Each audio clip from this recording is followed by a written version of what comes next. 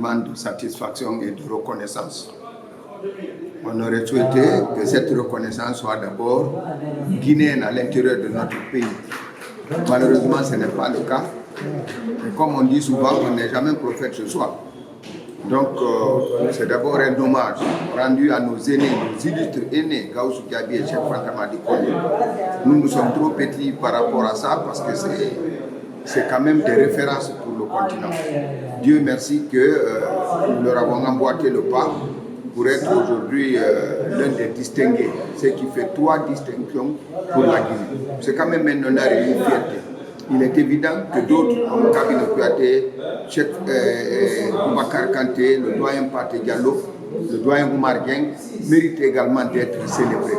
Ce que nous ferons à la 3e édition des Awards AIPS Afrique.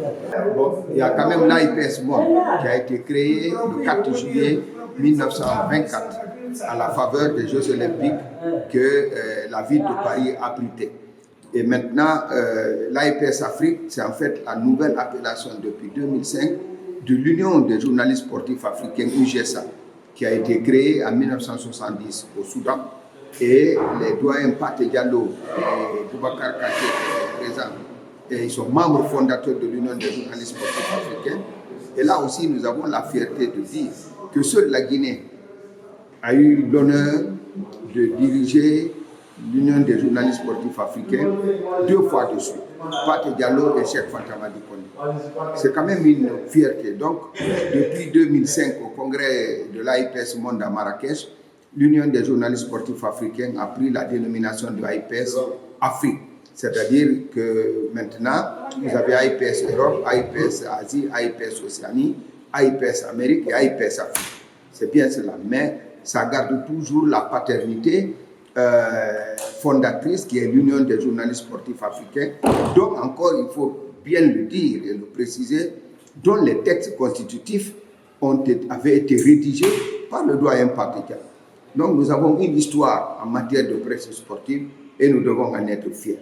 L'AIPS, la carte AIPS, c'est en fait le passeport du journaliste.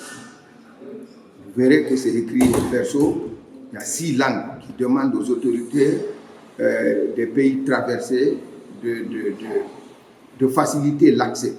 Je vous donne un exemple. Si par exemple il y a des accréditations et que le quota réservé ne suffit pas pour tout le monde, ceux qui sont détenteurs de la carte AIPS Afrique sont prioritaires.